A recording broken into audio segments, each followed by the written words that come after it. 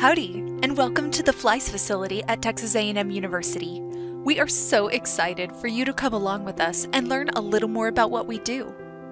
The F.L.I.E.S facility is led by Dr. Jeffrey Tomberlin, and, among other things, we study the science of decomposition, which has applications in waste recycling, insect ecology, and forensic science.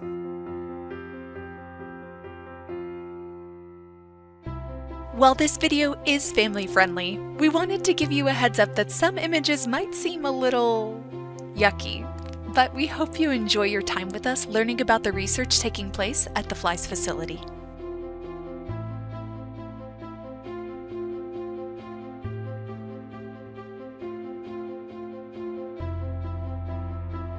We are creating waste every day. According to a recent survey, 20% of what goes into the landfill are food waste. We are generating 35 million tons of organic waste each year in USA. Food just being thrown away because people buy more than they need, or the food expired in the supermarkets. At the same time, there are so many people under starvation. And it is projected that by 2050, we will need 50% more food, and there will be a global food shortage. Today, we have a novel biosolution for this issue, the black soldier fly. Black soldier flies are large black flies that are found in tropical and subtropical climates. They have iridescent blue wings and look similar to wasps, but they can't bite or sting. Black soldier flies are not only harmless, but are also helpful friends of our local ecosystems. In this room, there's about 100,000 flies. Now, if we estimate that half of those flies are female, and each female can produce an average of 500 eggs in her lifetime, when all those eggs hatch and become larvae, they're able to convert 25 tons of waste. A single larva can consume 6 to 10 times of waste in comparison to their body mass within just 10 days. If you watch this video of how fast they're consuming the fish, that's pretty amazing. With just 1 gram of eggs, you can digest up to 10 kilos of organic waste.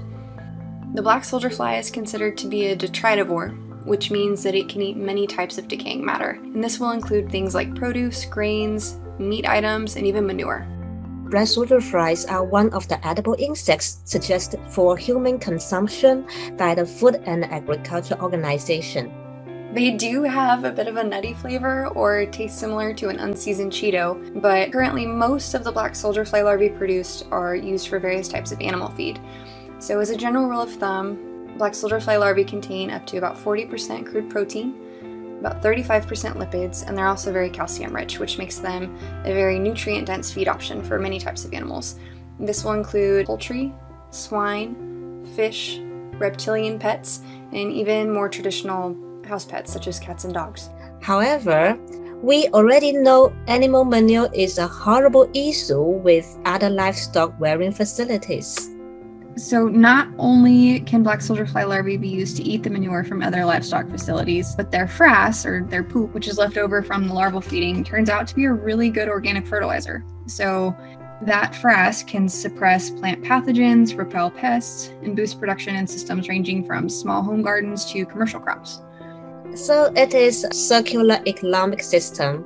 And this is why, along with the increasing research papers published, more and more black soldier fly companies are popping up all over the world. That's still something good for our planet.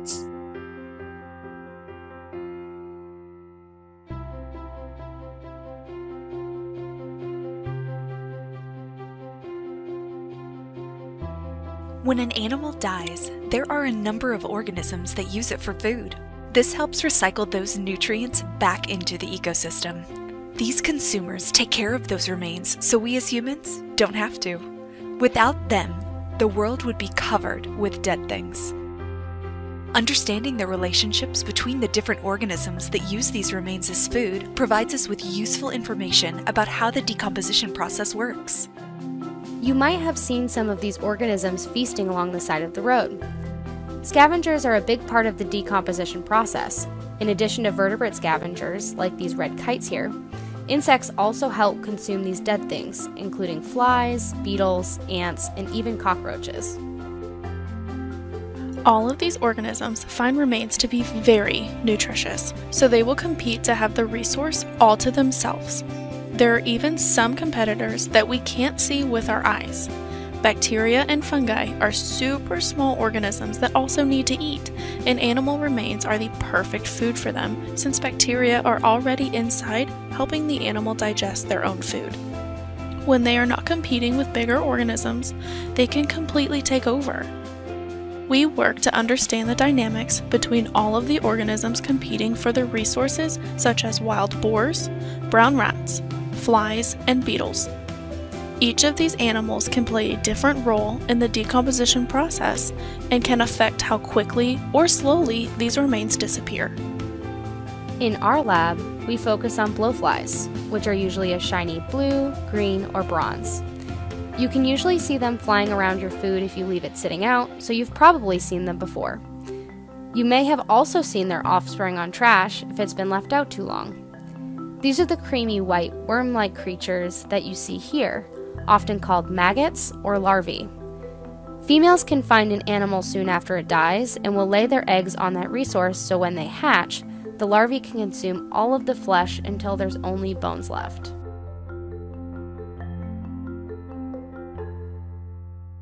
This can be used in a number of ways, especially solving crime.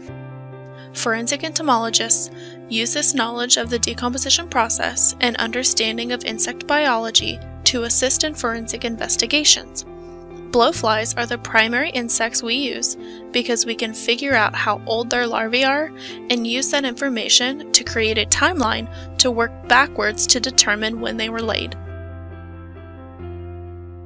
This is important because oftentimes we are asked to calculate how long insect evidence has been present on remains, which can help investigators determine a time of death.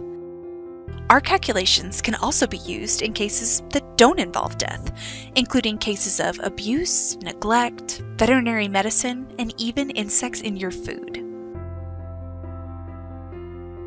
So even though we know you might think decomposition is gross, now you know all the ways it can help us. From ending world hunger to solving crime, the F.L.I.E.S facility continues to push decomposition science forward to make the world a better place.